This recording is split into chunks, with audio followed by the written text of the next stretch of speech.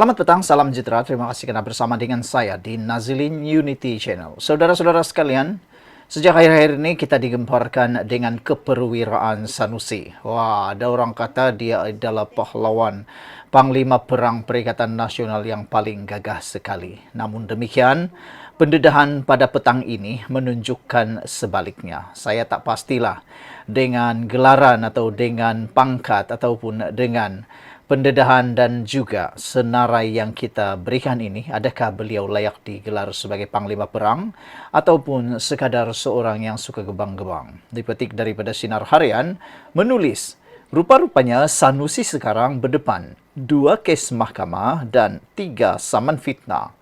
Semua ini menunjukkan bahawa Sanusi memang orang yang paling luar biasa lah. Kita boleh anggap beliau luar biasa kerana bukan selalu kita melihat seorang pemimpin berdepan 2 kes mahkamah dan 3 saman fitnah. Secara otomatiknya, bolehlah dikatakan sebagai Sanusi ini boleh jadi ketua darjah dalam kluster mahkamah walaupun ia tidak melibatkan kes-kes seperti kes rasuah, penyalahgunaan kuasa atau sebagainya. Namun yang paling besar sekali yang boleh menyebabkan Sanusi boleh dilantik sebagai ketua darjah kepada kluster-kluster mahkamah ialah apabila beliau dituduh bukan 1 tapi 2 kes akta hasutan. Ini apabila beliau telah pun didakwa menghina Sultan Selangor dan juga mempertikaikan kewibawaan Sultan yang di-Pertuan Agong. Oleh sebab itulah disahkan kini Sanusi berdepan 2 kes mahkamah dan 3 saman fitnah. Menteri Besar Kedah Datuk Seri Muhammad Sanusi Maknor kini terpaksa berdepan dengan beberapa kes di mahkamah dan juga tuntutan saman. Pada 17 Julai lalu, beliau didakwa di Mahkamah Session atas 2 tuduhan mengeluarkan kata-kata menghasut berhubung isu pelantikan Menteri Besar Selangor dan berhubung penubuhan Kerajaan Perpaduan dalam satu ceramah politik. Sanusi yang juga pengarah pilihan raya Perikatan Nasional PN didapati melakukan perbuatan yang mempunyai kecenderungan menghasut dengan menyebut perkataan yang mempunyai kecenderungan untuk membangkitkan perasaan tidak setia terhadap mana-mana raja. Terbaru, Sanusi sekali lagi akan berdepan dengan tindakan undang-undang daripada Menteri Besar Selangor Datuk Seri Amiruddin Syari. Amiruddin yang juga pengerusi Pakatan Harapan PH Selangor yang pada Jumaat berkata, tindakan samannya itu berkaitan ucapan fitnah Muhammad Sanusi pada Majlis Jelajah Mega PN Perikatan Nasional Base Sayangi Kedah Sejahtera di Dataran Darul Aman Jitra di Kedah. Sanusi mendakwa Amiruddin turut terlibat dalam skandal dengan pengasas kumpulan berjaya Tan Sri Vincent Tan dalam projek pembersihan Sungai Klang. Ekoran itu Berjaya Land turut membuat laporan polis dan mengambil tindakan undang-undang terhadap kenyataan Sanusi yang didakwa dibuat secara melulu dan berniat jahat berkait syarikat itu. Ketua Pegawai Eksekutif Kumpulan Berjaya Land, Said Ali Sahrul Hamid berkata, pihak syarikat secara kategorikal dan tegas menafikan semua tuduhan tidak berasas ketika Sanusi berucap dalam ceramah pada 2 Ogos di Kedah. Sebelum itu, pada 13 Disember tahun lalu, Perdana Menteri Datuk Seri Anwar Ibrahim turut memfailkan saman fitnah terhadap Sanusi berhubung ucapan berbaur fitnah yang mengaitkan ahli Parlimen Tambun itu dengan perlakuan tidak bermoral dalam satu kempen ceramah jelajah PN Base Tambun. Bagaimanapun, Mahkamah Tinggi Alosota pada 28 Jun lalu mengarahkan Anwar dan Sanusi mengemukakan hujahan bertulis sebelum atau pada 26 Julai lepas berkait saman berkenan. Hujahan bertulis tersebut berhubung bantahan Anwar terhadap permohonan Sanusi supaya Mahkamah Tinggi menentukan persoalan berkaitan pengampunan yang diberikan kepada Anwar 5 tahun lalu. Pada 9 Oktober 2019 pula, Sanusi disaman bekas ahli Parlimen Pekosena Datuk Mahfuz Omar ekoran hantaran yang dibuat oleh pengerusi PN Kedah itu yang mengaitkan naib Presiden Parti Amanah Negara Amanah selaku wakil rakyat bagi kawasan Pokok Sena dalam isu pemindahan spot Tote ke kawasan itu. Mahfuz juga mendakwa Sanusi menerbitkan satu video berdurasi 7 menit 57 saat di akaun Facebooknya pada 27 Julai 2019 yang memaparkan sekumpulan individu membantah pembukaan spot Tothe di pokok Sena sambil memegang spanduk yang tertera nama planatif. Pada 3 April lalu, Mahkamah Rayuan memerintahkan Sanusi membayar jumlah ganti rugi sebanyak RM120,000 kepada Mahfuz berhubung saman fitnah tersebut. Saudara-saudara sekalian, apakah Sanusi akan serik dengan perkara ini? Ataupun Sanusi memang akan terus dan terus lagi? Menjadi persoalan netizen ialah, adakah ini akan terhenti senarai kes mahkamah dan juga saman fitnah yang dikemukakan terhadap Sanusi, adakah itu akan terhenti ataupun akan menambah pula koleksi beliau, kata netizen. Apa pendapat kamu semua? Apakah Sanusi memang layak menjadi perwira ataupun panglima perang PN? Terpulanglah pada Anda. Sekian dulu untuk kali ini. Jangan lupa tinggalkan komen Anda, tekan butang subscribe. Kita jumpa lagi. Bye-bye. Selamat malam, salam sejahtera. Terima kasih kerana bersama dengan saya di Nazilin Unity Channel. Isu yang hangat berkaitan semalam ialah tentang kononnya gambar ikon yang menjadi legend, gambar Anwar Ibrahim ketika beliau ditahan adalah apabila Anwar Ibrahim mengangkat tangan beliau dan diambil gambar. Dan ada dakwaan daripada parti-parti yang berkepentingan seperti pembangkang mengatakan bahawa gambar itu adalah gambar yang diedit. Gambar itu kononnya diedit. Tapi dengarkan penjelasan ini. Semoga dengan penjelasan ini Anda mahu mengerti bahawa gambar itu bukan gambar edit dan apa kepentingan untuk diedit. Ia dimulakan dengan masa itu semua orang ambil gambar pakai Kodak. Mana ada unsur suntingan. Anda yang sudah berumur seusia dengan saya dan mungkin berusia yang lahir sekitar 80-an dan 70-an, Anda pasti masih ingat. Pada waktu itu kamera digital belum ada. Kamera digital belum muncul, belum ada. Bahkan komputer yang ada pun dia sama lambatnya dengan siput. Kalau nak edit sesuatu gambar tu ambil masa berjam-jam. Kadang-kadang tak boleh edit langsung lah. Kerana waktu tu belum ada aplikasi seperti sekarang. Dan yang lebih penting lagi, bagi mereka anak muda sekarang bolehlah ditipu, bolehlah tertipu. Kerana orang kata gambar itu disunting atau diedit. Kalau orang-orang muda sekarang mungkin boleh tertipu sebab mereka tak tahu bahawa gambar yang diambil itu diambil pada tahun yang mana. Gambar itu diambil ketika orang-orang di Malaysia masih memakai gambar pakai Kodak.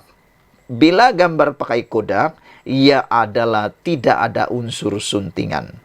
Kalau Anda lahir pada zaman itu, Anda pasti faham apa yang saya maksudkan. Pada waktu itu kita gunakan filem.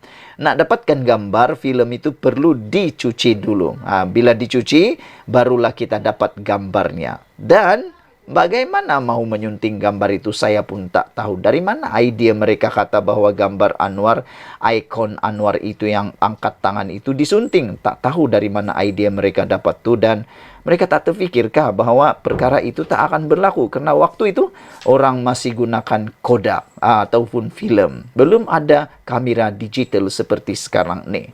Timbalan Presiden Parti Keadilan Rakyat PKR, Rafizi Ramli secara sinis menyindir Ketua Penerangan Bersatu Tangga Batu, dikenali sebagai Hanafiah, yang menyatakan gambar Datuk Seri Anwar Ibrahim mengangkat tangan itu sebenarnya hanyalah suntingan. Masa itu semua ambil gambar pakai Kodak atau pakai filem. Anda masih ingatkah atau sudah fahamkah? Mana boleh main Photoshop masa macam sekarang? Mana ada iPhone masa tu? Dia dah mulai kantoi goyang. Yalah kan, kalau nak cakap tu, cubalah tengok kiri kanan dulu. Kalau nak menipu-nipu pun, fikir-fikirlah dulu, kata Sanusi. Nak ditambahkan cerita, wartawan portal Malaysia Kini lagi rajin. Mereka siap cari siapa sebenarnya ambil gambar itu. Anwar angkat tangan. Akhirnya, jumpa juru gambar itu adalah seorang Mat Saleh. Sekaligus beliau mengesahkan gambar itu memang betul. Zaman sekarang budak-budak cerdik, janganlah kau tipu. Memang kena, itu baru sehari tak tahu. Baru sehari tahu keluar dalam berita Haraka. Jadi semua orang gali balik dan soalan pertama ditanya. Tahun 1998 masa itu, mana ada lagi teknik suntingan ini? Katanya ketika berucap pada ceramah jelajah Madani Dun Kajang malam tadi. Menurut Menteri Ekonomi itu lagi, terdapat juga segelintir yang bertanya mengenai Perikatan Nasional PN. Kononnya hebat sehingga mahu mengambil alih kerajaan. Namun tiada modal sendiri untuk berkempen. Paling kurang biarlah ada idea nampak kreatif sendiri atau sikit. Cari gaya berkempen kalau nak orang ikuti dan hargai kita. Carilah gaya kempen yang original sikit. Tiba-tiba Haraka Daily pula mengeluarkan satu temu ramah eksklusif kononnya. Ada seorang ketua penerangan bersatu Tangga Batu, nama Pak Cik tu Hanapia. Pak Cik ni kononnya mengaku dialah menjadi juru kamera yang mengambil gambar ketika Anwar Ibrahim mula-mula nak dibawa ke mahkamah pada hari yang kononnya beliau angkat tangan. Dia kata sebenarnya Anwar tak angkat tangan pun, itu edit sunting sahaja. Kita kata mereka ini tak original. Carilah idea baru sikit. Kalau nak berkempen biar nampak original. Tiba-tiba, dia nak tunjuk yang hebatnya Sanusi. Kononnya angkat tangan itu berasal daripada idea beliau. Bidasnya lagi. Aduh, saya pun entahlah, susah sudah mau cakap lah kan. Pada waktu itu, belum ada filem. Belum ada lagi kamera digital. Yang ada Kodak saja. Jadi macam mana lah timbul idea menyunting-nyunting tu. Tak terfikirkah mereka akan terkantoi nanti akhirnya. Dan akhirnya DAP pula menyelar pas lapar publicity, sengaja cipta naratif palsu serang Anwar. DAP akhirnya menyelar PAS sebagai parti lapar publicity selepas mendakwa gambar Datuk Seri Anwar Ibrahim yang mengangkat tangan kepada penyokong pada tahun 1998 adalah hasil suntingan. Setiausaha Publicity Kebangsaan DAP, Teo Ni Ching berkata, beliau kasihan melihat bagaimana terdesaknya PAS yang terus-menerus membina naratif palsu demi menyerang ketokohan Perdana Menteri. Beliau berpendapat lidah rasmi PAS iaitu Haraka mahu mengangkat profil Datuk Seri Muhammad Sanusi Maknur yang kebelakangan ini disindir meniru gaya Anwar ketika ledakan reformasi 1998. Tindakan Haraka ini sangat kebudak-budakan dan memalukan profesion kewartawanan.